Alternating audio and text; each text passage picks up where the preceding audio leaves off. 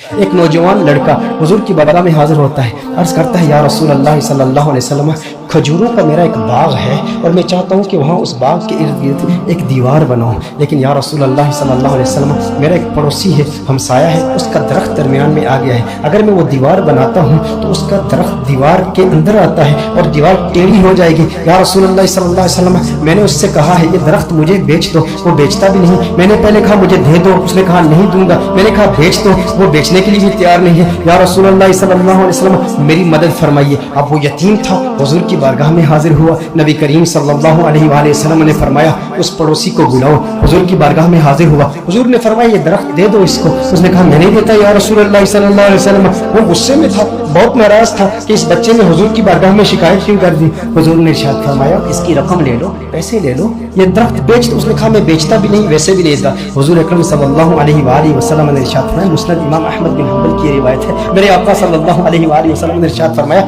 اچھا ایسا کرو کہ یہ درخت تم اس کی قیمت بھی لے لو اور اس درخت کے بدلے جنت میں ایک ایسا درخت ہوگا کہ جس کا سایہ اتنا طویل ہوگا کہ اس کے نیچے اگر 100 سال تک ایک سوار اگر سواری کرتا رہے تو اتنی طوالت ہے اس کی، اتنا سایہ ہے اس کا، وہ درخت جنت کا بھی لے لو، اس نے کہا یا رسول اللہ صلی اللہ علیہ وسلم میں قبول نہیں کرتا۔ اب وہاں پر صحابہ کرام علیہم رضوان موجود ہیں، حضرت سیدنا ابو الدحداء رضی اللہ تعالی عنہ صحابی رسول موجود ہیں، عرض کرتے ہیں یا رسول اللہ صلی اللہ علیہ وسلم آقا اگر یہ درخت میں کسی طریقے سے اس سے خرید کر اس یتیم کو دے دوں تو کیا یہ آپشن میرے لیے بھی اوپن ہے کہ جنت میں مجھے بھی وہ درخت مل جائے گا؟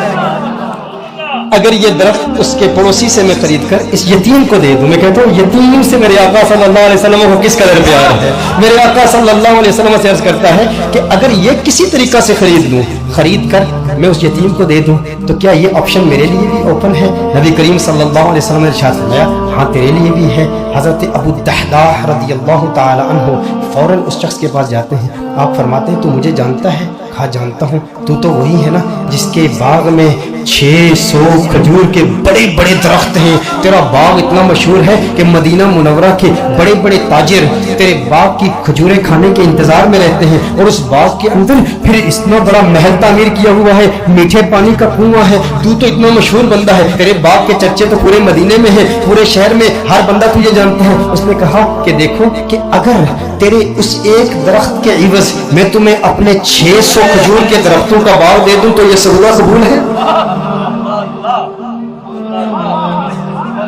یہ سودا قبول ہے؟ وہ حیران ہو گیا، یہ کیسے ہو سکتا ہے، ایک درخت اور ادھر اتنا بڑا باغ؟ ابو الدحداء کیا بات کر رہے ہو، کیا واقعی یہ سودا کرنا چاہتے ہو؟ ابو الدحداء رضی اللہ تعالی عنہ نے فرمایا بالکل، وہ میرا پورا باغ تیرا 600 کھجور کے درخت ہیں، اس میں ایک بڑا ہی خوبصورت محل ہے اور اس کے گرد ایک بڑی نمایاں دیوار ہے جو مدینہ منورہ میں دور دور سے نظر آتی ہے، کہا وہ بھی تجھے دے دوں گا، وہ محل بھی تیرا، وہ ساری کھجوروں کے درخت بھی تیرے، وہ سارا باغ بھی تیرا، کس کے عوض؟ ایک درخت۔ کہا ٹھیک ہے، اور حضور کی گواہی میں یہ سودا ہوتا ہے۔ اب ابو الدحداء رضی اللہ تعالیٰ عنہ فوراً وہاں سے جاتے ہیں، اب ان کی جو زوجہ ہے وہ اس باغ کے اندر ہے، باہر سے آواز دیتے ہیں اپنی زوجہ کو، ہے ام دحداء